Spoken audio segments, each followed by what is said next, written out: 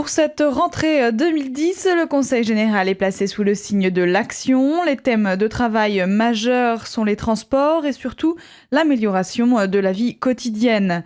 Pour Vincent Eblé et toute son équipe, il s'agit de poursuivre les réflexions sur l'avenir du département en lien avec la région, comme suivre le développement du réseau de métro automatique du Grand Paris, suivre le projet Art Express ou le prolongement des halls à l'ouest.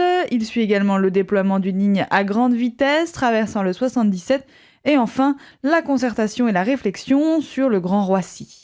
Le Conseil général dans l'action, c'est la thématique de cette rentrée.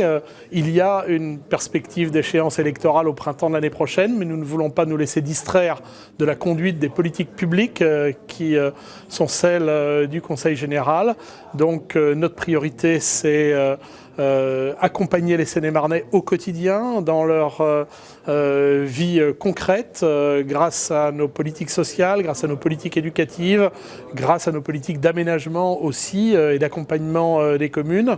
Et bien entendu, la question politique viendra en son temps bien assez tôt au printemps prochain.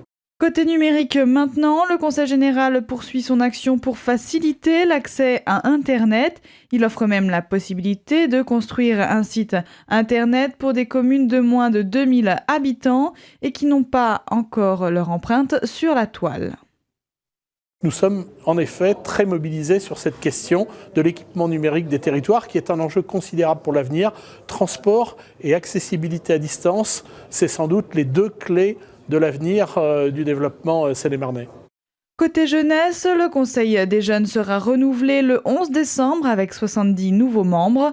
Enfin, d'un point de vue culturel, Dépaysards continue pour sa seconde édition du 27 au 31 décembre prochain. Rendez-vous alors à Crécy ou Boissy-le-Châtel par exemple.